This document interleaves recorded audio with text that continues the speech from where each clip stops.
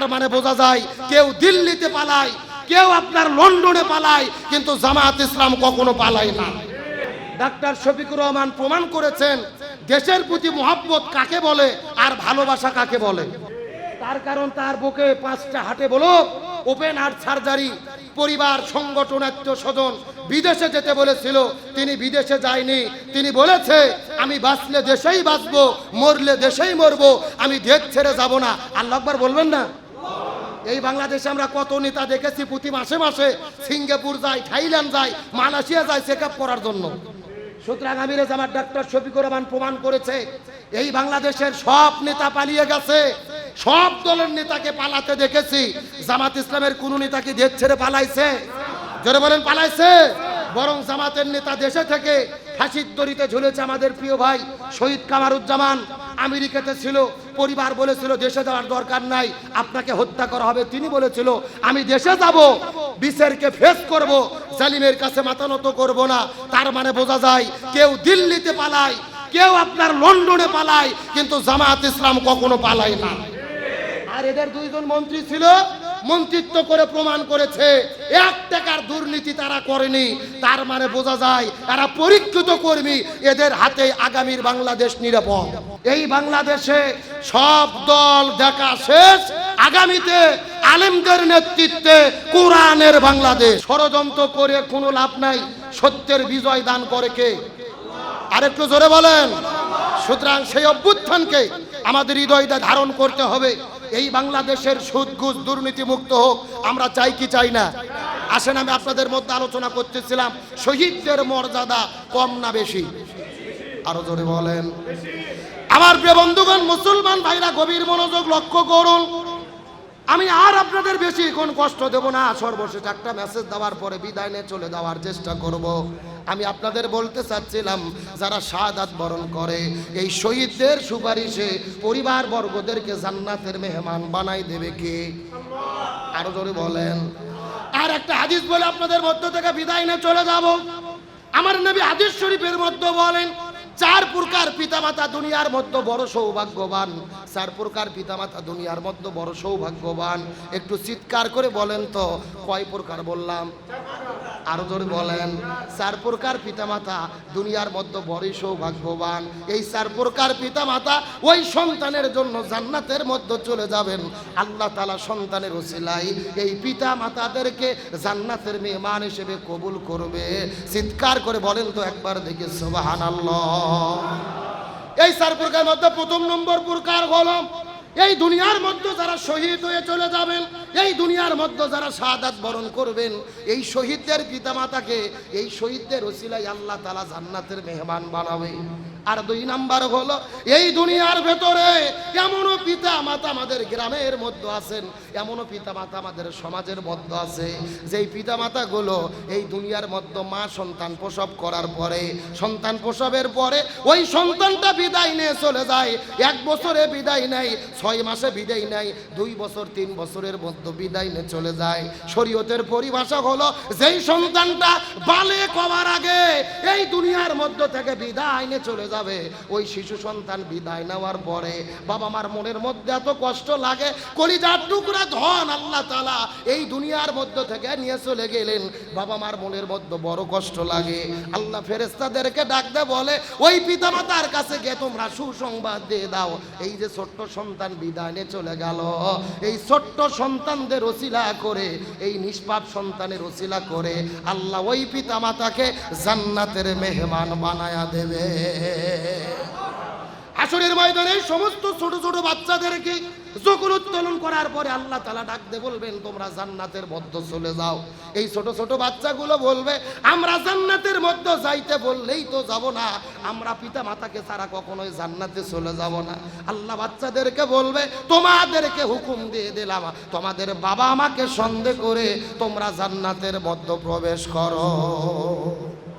1 নম্বর হলো শহীদদের পিতামাতা জান্নাতের মধ্যে যাবে। 2 নম্বর ছোট ছোট শিশু বাচ্চা এই দুনিয়ায় থেকে নিষ্পাপ সন্তান যারা বিদায় নিয়ে চলে যাবে তাদের বাবা মাগুলো জান্নাতের মধ্যে চলে যাবে। আর 3 নম্বর হলো এই দুনিয়ার ভেতরে আল্লাহ যেই পিতা মাতাকে আল্লাহ যেই পিতামাতাকে পাগল সন্তান দান করবেন, প্রতিবন্ধী সন্তান দান করবেন, মুখ দিয়ে কথা বলতে পারে না, চোখ দিয়ে দেখতে পারে না, পাগলের মতো জীবন যাপন করে এই দুনিয়ায় সবাই তাদেরকে ভুলে যায়, কিন্তু পিতামাতা সন্তানদেরকে ভোলে না। এই পাগল সন্তানদেরকে লালন পালন করার উসিলা করে এই সন্তানদের সঙ্গে আল্লাহ বাবা আমাকে জান্নাতের মেহমান বানায়া দেবে। আর 4 নম্বর হলো দুনিয়ার মধ্যে যারা হাফেজ হবেন, খৈরুকুম মান তাআল্লামাল কুরআনা ওয়া আল্লামা, এই দুনিয়ার মধ্যে যারা কোরআন পড়বে, কোরআনের দাওয়াত দেবে, আলেম হবে, কোরআনের হাফেজ হবে, যারা কোরআনের আলেম হবে, ওই হাফেজ আর আলেমগুলো আল্লাহ তাআলা যখন তাদেরকে জান্নাতের মধ্যে দেবেন, এরা একা একা জান্নাতে যাবে না, এই হাফেজ আলেমদের সুপারিশে অনেক বাবা মাকে আল্লাহ তাআলা জান্নাতের মেহমান বানাবে। বলেন সুবহানাল্লাহ। তাহলে চিৎকার করে বলেন, শহীদদের মর্যাদা কম না বেশি? এখন আপনাদের কাছে জানতে চাই, বগুড়া কালো দুপচাচিয়ার মুসলমান আমাদের প্রিয় ভাই শহীদ মনিরুল ইসলাম মনির জালেমের জুলুমের মোকাবেলা করতে গিয়ে জীবন দিয়েছেন।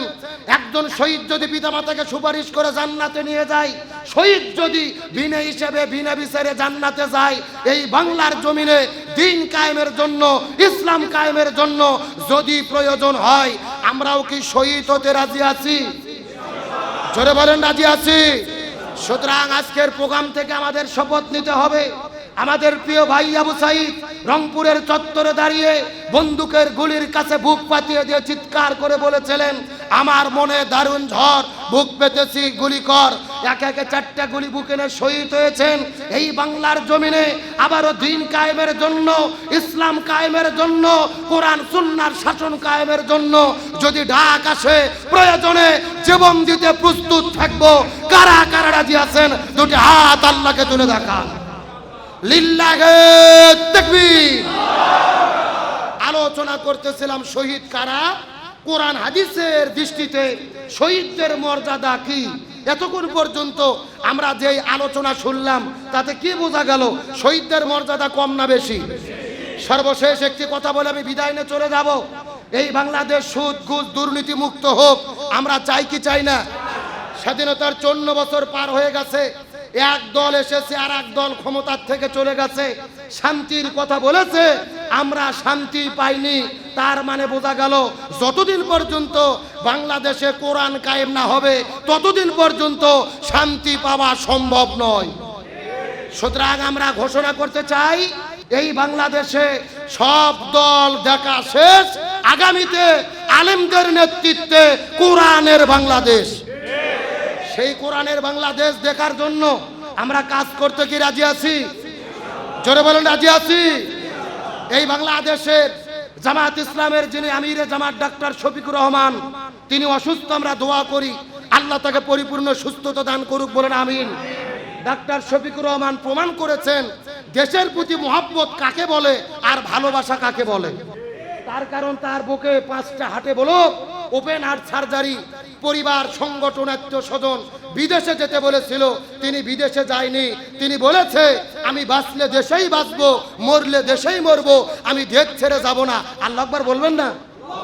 এই বাংলাদেশে আমরা কত নেতা দেখেছি প্রতি মাসে মাসে সিঙ্গাপুর যায়, থাইল্যান্ড যায়, মালয়েশিয়া যায় চেক আপ করার জন্য। সুতরাং আমিরে জামাত ডাক্তার শফিকুর রহমান প্রমাণ করেছে এই বাংলাদেশের সব নেতা পালিয়ে গেছে, সব দলের নেতাকে পালাতে দেখেছি। জামাত ইসলামের কোন নেতা কি দেশ ছেড়ে পালাইছে? জোরে বলেন পালাইছে? বরং জামাতের নেতা দেশে থেকে ফাঁসির দড়িতে ঝুলেছে। আমাদের প্রিয় ভাই শহীদ কামারুজ্জামান আমেরিকাতে ছিল, পরিবার বলেছিল দেশে যাওয়ার দরকার নাই, আপনাকে হত্যা করা হবে। তিনি বলেছিল, আমি দেশে যাব, বিচারকে ফেস করব, জালিমের কাছে মাথা নত করব না। তার মানে বোঝা যায়, কেউ দিল্লিতে পালায়, কেউ আপনার লন্ডনে পালায়, কিন্তু জামাত ইসলাম কখনো পালায় না।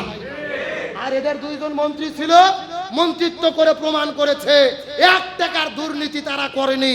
তার মানে বোঝা যায় এরা পরীক্ষিত কর্মী, এদের হাতে আগামীর বাংলাদেশ নিরাপদ।